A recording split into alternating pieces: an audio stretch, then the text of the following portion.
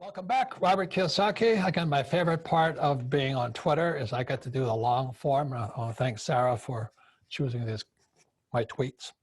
By the way, video number 3 is the everything crash is coming. Since 1987, world has been in an everything bubble. That means since 87, everything's been floating up because they printed more and more money. Now all is crashing. Prices of gold, silver, Bitcoin will crash too. US dollar to rise. Be patient. Massive money printing ahead, destroying the dollar. Time to buy more gold, silver, and Bitcoin. So I'm asked this question, okay, everything went up, everything's inflated. So I made my fortune because I just rode the ship going up, as it was a great time to get rich, but this is 2020, it's different now. So everything is now going to start coming down. Now, when I was in school, in high school, nobody touched stocks. The only thing people bought were bonds. Only people that bought stocks were gamblers.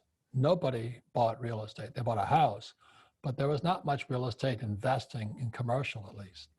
So I went in, since I played Monopoly as a young boy, I went into investing in real estate. The reason I like real estate is because I can use debt.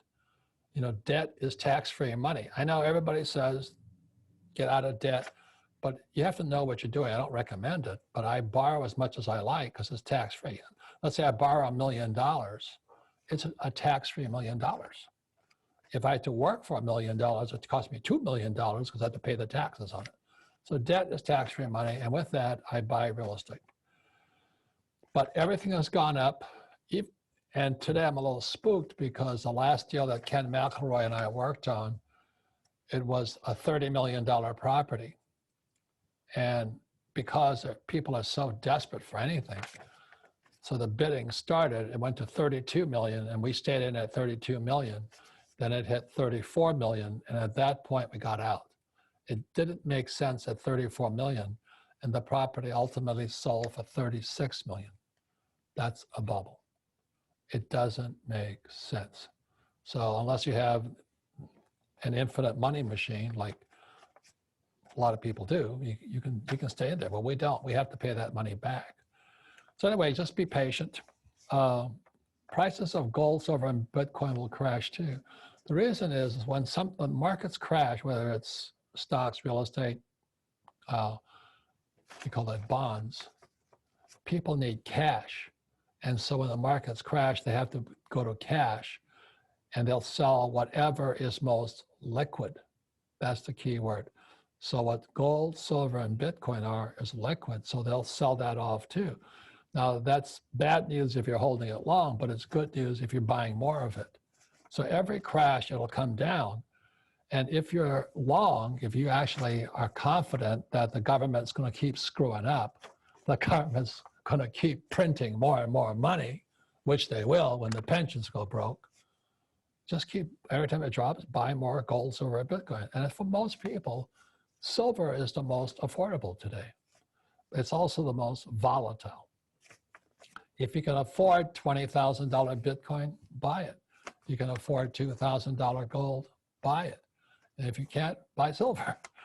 Anyway, there's massive money printing ahead because the US government is in serious financial trouble. Like the debt to, there's two guys, a man and a woman called Rogoff and Reinhardt. They said when the debt to GDP ratio hits 90%, it's aloha. You've gone too far. That'd be like you making, $10,000 a month, but $9,000 is being paid to debt. That's a 90% debt to GDP. Well, today in November 2020, it's 130% debt to GDP, and they expect it to go to 250% debt to GDP. What that means is the US government has to print more fake money. So every time, since I know the long trend is they're going to print more money, I'll buy gold, silver, and Bitcoin all day long because our US government is screwed up. So the time to buy more gold, silver, and Bitcoin is coming. And once again, I don't get into the pissing match, which one is the best. Those fanatics at Bitcoin, they love it.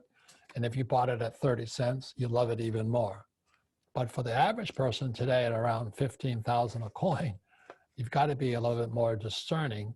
Can you really afford $15,000 a coin?